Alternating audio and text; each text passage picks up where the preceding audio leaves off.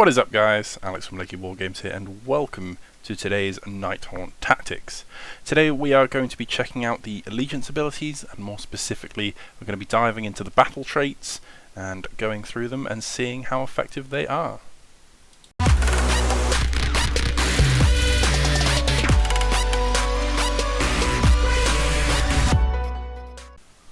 Alrighty guys, just a quick one before we jump into the Nighthaunt tactics for the battle traits here. I just want to give a quick shout out and a thank you to everybody who has been submitting their photos for these tactics videos.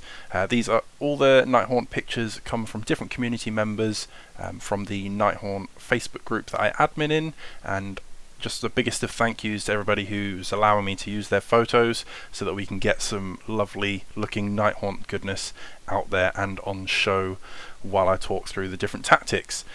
This is still an open thread. Every time I post a video it goes up on my Lakey Wargames page and goes up in the Facebook group so people can see it. If you want to share any of the pictures of your Nighthaunt, then feel free to just leave them as a comment reply on one of those posts. Link to the group is in the description below, so if you're not a member already but you're a big Nighthaunt fan, I encourage you to come on over. There's always great discussions and awesome hobby showcasing going on for Nighthaunt within the group, so there is no reason not to join.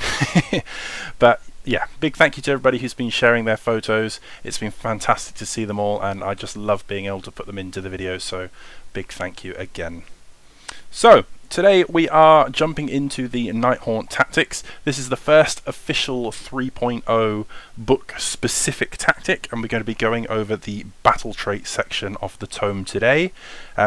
We did do a quick reasons to play Nighthaunt video that's based on the 3.0 book, which I will also link in the description below, and is, if you're following along in the Nighthaunt Tactics playlist here on my channel, it was the video before this one. So if you haven't seen it and you're maybe thinking about getting into Nighthaunt before you do a deep dive on any of the tactics, I would recommend going and giving that a watch. But let's get on in, enough talking, it's battle trait time. Let's get going. So the battle traits can be found on page 58 of your Nighthaunt battletome, and gives us a whole bunch of awesome abilities. I don't think there's really any drawbacks at all. Normally I do like a pros and cons when I do these tactic type videos, but to be honest, the battle traits in the Nighthaunt book are just kind of all around awesome. They're all pluses, it's free stuff. It's like, okay, my war scrolls are cool, or they're a bit meh, but the battle traits just take all the war scrolls and give them extra cool stuff. So let's get on and go through it. The first battle trait is the Nighthaunt Processions, and they are our sub-factions. There are 4 different ones. We've got the Grieving Legion, the Emerald Host, Scarlet Doom, and the Quicksilver Dead. Basically, you get to pick one of these sub-factions and all of your Nighthaunt then fall into them, and they gain a different ability depending on which sub-faction they are in. I'm not going to deep dive these today. I know it's in the battle traits, but the processions all have such different open and sort of free-flowing play styles that are different from each other that we're going to do a whole different video on the processions. So we're going to give that one a skip today, and we're going to get cracking onto the rest of them. So the first real trait up for us is Aura of the Dead, and that is enemy units are terrified while they're within 3 inches of any friendly Nighthaunt units. While a unit is terrified, it cannot receive the Inspiring Presence command. This ability also has no effect on Nighthaunt units. Now, Aura of the Dead is really cool. A big thing with a lot of the 3.0 tomes that I have noticed personally is that a lot of outright battle shock immunity abilities are slowly being faded out, and that means that a lot more people are relying on something like Inspiring Presence to make themselves immune from battle shock. So if they take a lot of damage in that turn, they're going to be needing that Inspiring Presence to stop the last few units of their key models running away.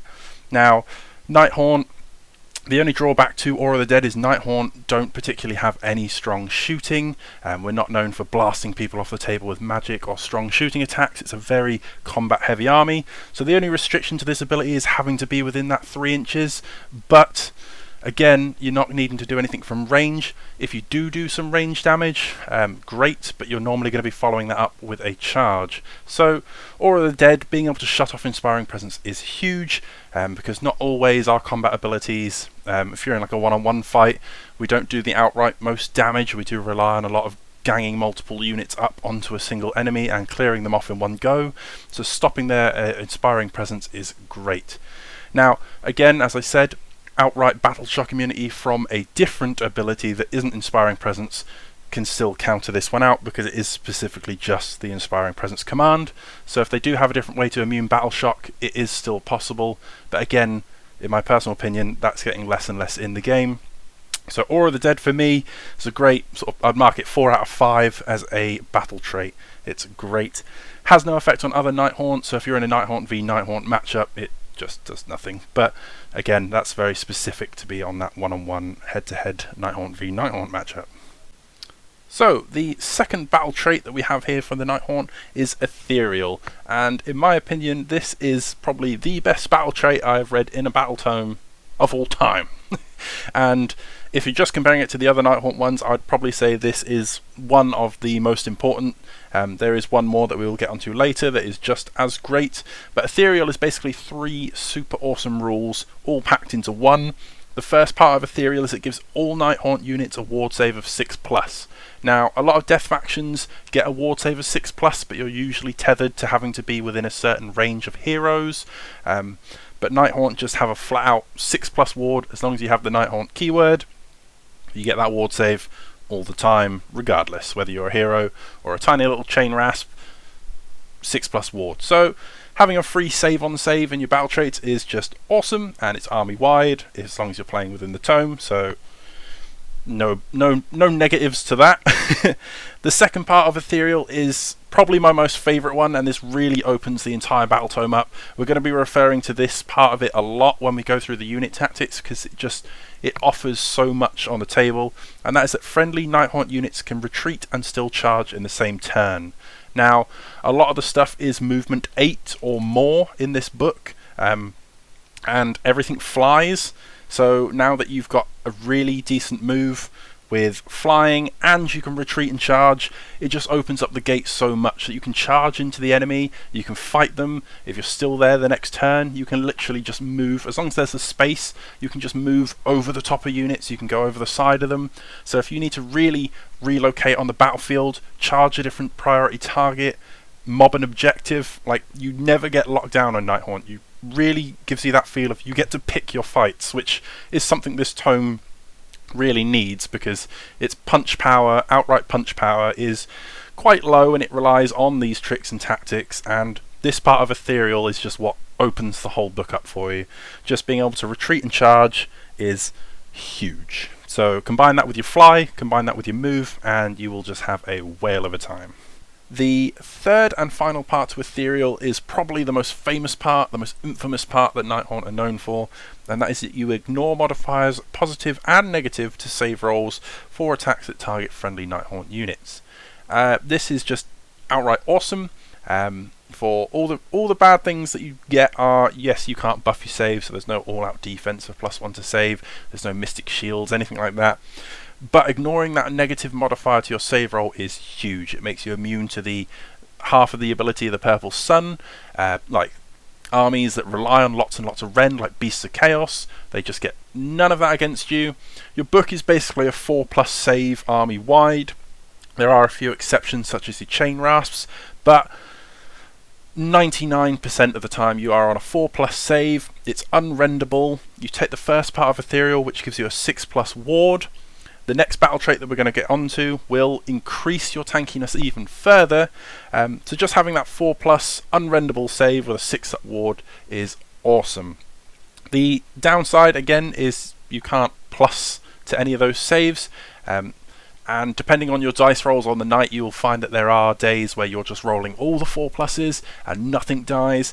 And there are nights where you can't roll 4+ to save your ghosts, quite literally, and everything does die. So it comes and goes. It basically puts you on a 50% whether you're going to save it or not, but it's consistent. You know, you're not getting affected by that rend, so always being on your 4+ save, you know what you're going into. As long as they don't do like mortal wounds, which you still do get your 6+ ward against, but obviously that just outright cancels your armor. So it doesn't matter if you're fighting into something that's rend 5, or if it's rend 1, or it's rend nothing.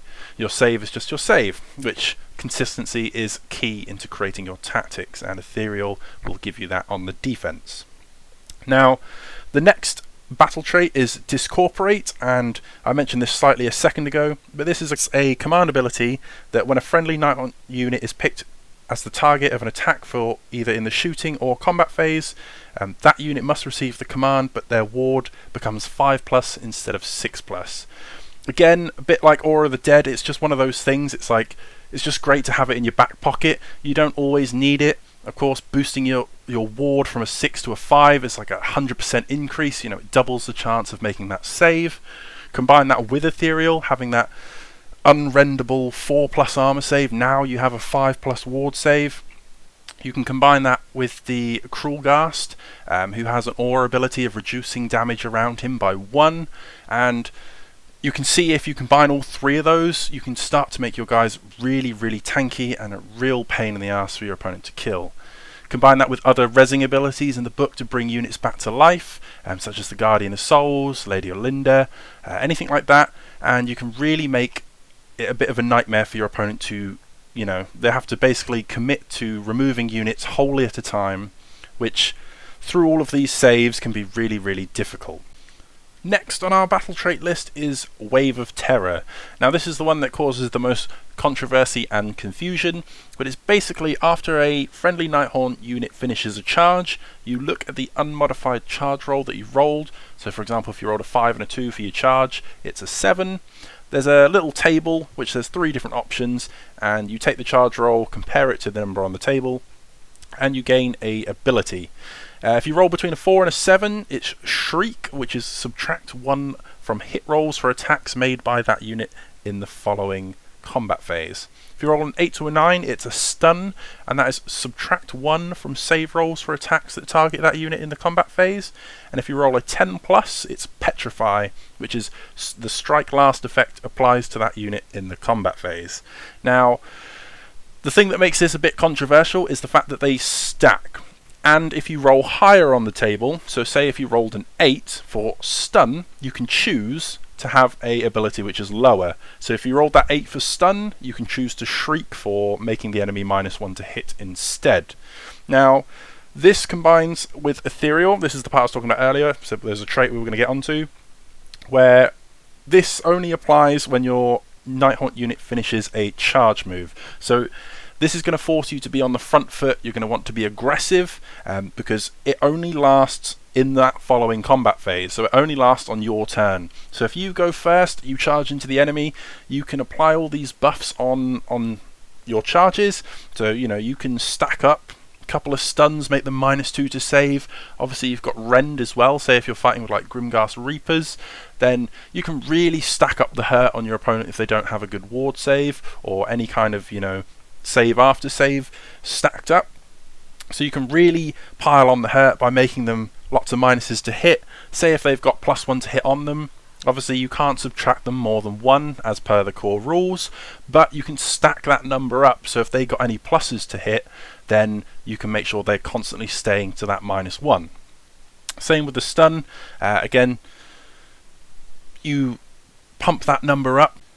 Now, this combines with Ethereal really, really well. The ability to be able to retreat and charge and Wave of Terror on top is fantastic, because Wave of Terror only triggers when that Nighthaunt unit finishes a charge move. You apply the Wave of Terror roll. Now, Wave of Terror, if you look at the wording of each of those abilities, it does say it only lasts until the end of that following combat phase. So these effects only last on the turn that you charge. So if it's your turn, you're charging in, you're going to be applying all these different effects from the table. Again, these effects do stack, so things like stun, if you get multiple stuns, which is -1 to save, if you get 2 of those on there from 2 different units, and then say you're fighting with something like Grimghast Reapers, which have already got Rend, you can potentially get that up to like a -3, a -4, depending on how many units you charge in. Again, with Shriek, it's -1 to hit, so if the enemy has +1 to hit on them, obviously with the core rules you can only ever be +1, -1, but you can stack enough Shrieks on there to cause their +1 to go back to a 0, and then another -1 to make them -1, and then you could even Shriek them again to make them -2. In essence, obviously only the -1 counts, but then if they did get another plus bonus from somewhere, you've got that minus stacked up so deep that they're not going to get any benefits or buffs. But yes, only lasting until that combat phase, so it's only on the turn that you charge in, which means when it's your turn, you charge in, you do get all these awesome buffs, it's great, you do lots of damage, but when the turn rolls over and it's now your opponent's turn, these are gone because they're only for the following combat phase, so it's only the turn that you charge, which means all those -1s to hit, all those extra -1s to save, if you make them strike last, if you got the petrify, they are all gone in your opponent's turn. So one thing to think about when you are applying your Wave of Terror is you really want to get lots of units into the target, cause as much damage, kill it if you can, and then just remember that you are going to be taking a lot of damage back without them buffs stacked on. So if you made your opponent, you know, -1 to hit and they had their pluses on there or anything like that, all of your minuses that you have stacked them down to a debuff are going to go away, and in the enemy's turn they're really going to swing back and potentially hurt you. Again, you can combine Ethereal, Discorporate and something like a Cruel Gas to minimise the damage, but it is just something that you need to bear in mind. As amazing as Wave of Terror can be, it can really pump you up and give you that sort of inflated sense of power on your turn, and then it all goes away and you're like, oh man, bad things happen. But you've got Ethereal, which retreat and charge means that you can always just back your unit up, you know, just outside of that 3-inch bubble, and you just charge in. So you're constantly just in and out of combat, but on your turns you're always charging in, always applying that Wave of Terror. These things are great, and they're only stackable per unit that charges in, so if you really wanted to make the most of your Wave of Terror, it does shoehorn you into a little bit of a MSU style, which is multiple small units, because if you've got big blobs of Nighthaunt, it doesn't matter if you've got 10 Grimghast Reapers or you've got 30 Grimghast Reapers in a unit. One unit charging in is only one stack of Wave of Terror, but if you split that 30-man unit into 3 lots of 10 and all 3 units of 10 charge in, you get 3 lots of Wave of Terror. So as great as it can be, it, you know, does limit you into that thing of thinking of when you're building your lists, do I want lots more smaller units? But then the bigger your army is, it's like takes you out of your battalions, so like your 1-drops, anything like that. So you've really got to think that in mind if you want to make the most of Wave of Terror, but if not, you can just see it as something on the side and not get too carried away with it, which is something that I personally like to do. Like Wave of Terror to me is kind of that cherry on the top. Okay, so moving on from Wave of Terror, and we're going to be moving on to the penultimate battle trait here in the book, and that is Fightful Touch. This is if the unmodified hit roll for an attack made by a friendly Nighthaunt unit is a 6, that attack wounds the target automatically. A bit like all the other battle traits that we've got on here, it's just you're not going to say no to that. Being able to roll a 6 to hit and just auto wounding is awesome. If you can skip out a whole part of the dice roll, because you know it's always roll to hit, roll to wound, then your opponent gets to roll to a save. By just removing having to wound roll, you're just getting rid of a third of the potential dice for it to go wrong. So that's great. It used to be on the War Scrolls, and it used to inflict a mortal wound on a hit roll of a 6 instead, instead of your normal damage. But again, that's something a bit like the Battleshock community. It's slowly being phased out. A lot more of the mortal wounding on a 6 is going away, I think, which is good. I think it's good for the game because mortal wounds are something that should be more elite and you know, kind of on scarier units. But again, it's just a nice little thing to have, and it's just in addition to your other damage. So you're still rolling to hit. Anything that wasn't a 6, you roll to wound as normal, but Frightful Touch is just in the mix to increase your damage output by removing a third of the rolls there. And on to our last one, which is Vanishing Phantoms. Vanishing Phantoms is a really fun one. It's where you get to play a lot of mind games with your opponent. It's at the end of deployment before determining the control of objectives. You can remove 3 friendly Nighthaunt units from the battlefield, place them to one side to be set up in ambush as reserve. At the end of your movement phase, you can set up 1 or more of these reserve units in ambush on the battlefield more than 9 inches from all enemy units. It used to be, the old rule was basically for every 1 unit you put on the table, you could put another one in what was known as the underworld and then bring them on. This one, slightly more limiting because it's only up to 3. The nice thing about Vanishing Phantoms is you get to choose up to 3. It's not one of those where they basically say like you roll a d3 and get to choose up to d3 units. You know that you can pick up to 3. So you can do like refused flank sort of tactics. You could leave a hero out on one side and then just quickly pick them up and teleport them back into the other side. You could take a big blob of units and you could just plop them down in your sort of mid-table outside of that 9-inch bubble and go for a nice long bomb charge. If you're feeling risky and you want to try and get that 9-inch charge off, can pay dividends if it works. If you've brought anything with some shooting presence, so if you brought some of the Craven Throw Guard and you've brought the with your crossbows, you can just drop down outside of that 9-inch bubble, but within the 12 that you need, because they're quite a short distance shooting, and then you can just pile in your shooting. The thing with Vanishing Phantoms is that they come in at the end of your movement phase, so if there is anything that you do put into the underworld, so to speak, and then you won't bring them back down until your movement phase. So if your opponent gets the first turn, just be aware not to hide anything in there like your screens if you're playing against something like Iron Jaws, because then that way they're just going to come screening across the table and smash into all of your good stuff. But then at the same time you can use this as a way to hide priority targets from the enemy because it's before the first turn goes, but they don't come back till your movement phase. Also, just be aware that they come in at the end of your movement phase, and so you're not going to be able to move or anything like that. You can shoot and or charge, but you won't be able to get any closer than that 9 inches. And that is it for all of our battle traits.